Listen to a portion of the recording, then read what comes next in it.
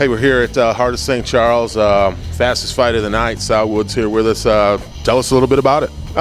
Man, I came in really good shape, pretty pumped up. Just did what I do, came out here trying to display my talents for everybody, let them see what I have. My last fight was a little short. Wanted to get back on track, and we'll see what happens from here, Debo. We just talked real briefly about you recently losing in a similar style. How'd you win this fight? I caught him in a modified guillotine, the same one that I think his name was the dude from Alaska that was on the Ultimate Fighter. Hands up like this, but yeah, he got shot in pretty deep on a double leg, took me down. And as I was on the way down, I was like, I got to catch something, hopefully, or scramble right back up. But I got underneath the chin and locked it in pretty tight, so I'm pretty excited. I mean, was it something that you were expecting? Things took place so fast in there. Was it something you were expecting or saw on film as you prepared for this fight? Not necessarily, just, always looking to finish. That's, everyone is doing what I can, coming out here, trying to put a show on.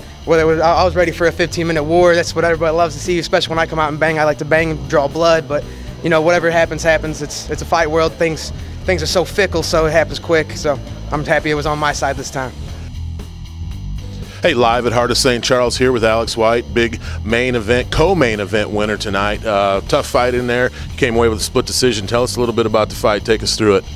Well, first of all, about 3 weeks before the fight, I injured my hand, and it's one of the tough opponents that I've had yet. You had to utilize all your skills in there: boxing, your stand-up, and your wrestling. Just tell me a little bit about the fight as far as him being such a tough opponent, and did he hurt you with anything as far as stand-up and the striking? Yes, he caught me with a 3 in the first round. Kind of surprised me, so I decided to kind of keep my distance. And then when he'd get me against the cage, he'd use his takedowns. And then he got me with the elbow, cut my head.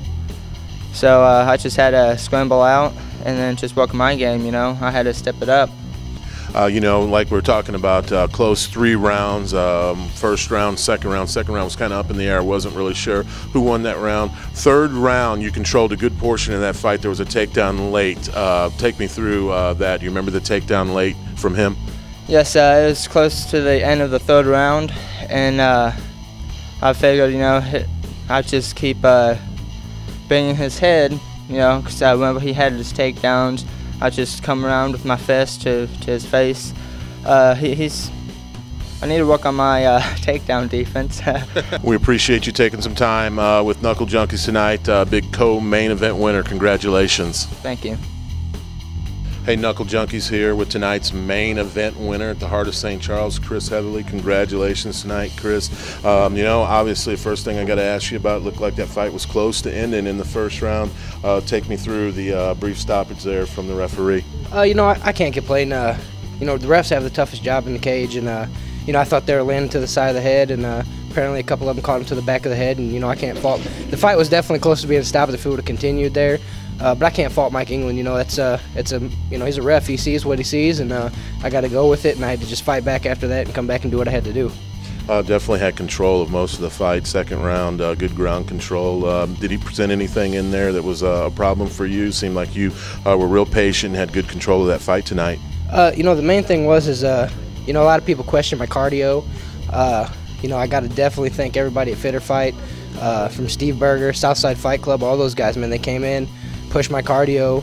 I started something new with the strength and conditioning called Fighter Fit, ran by Carly Berger over at Fitter Fight. And man, my cardio was the best it's ever been, that's for sure. It still needs work, obviously, but the best it's ever been for sure.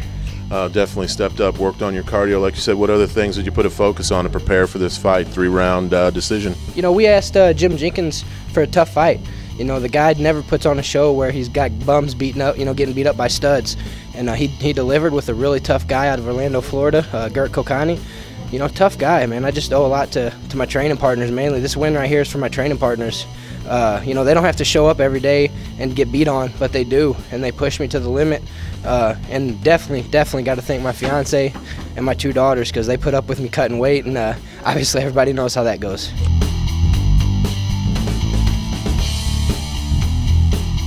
KnuckleJunkies.com. Knuckle Junkies, baby. Give me a beer.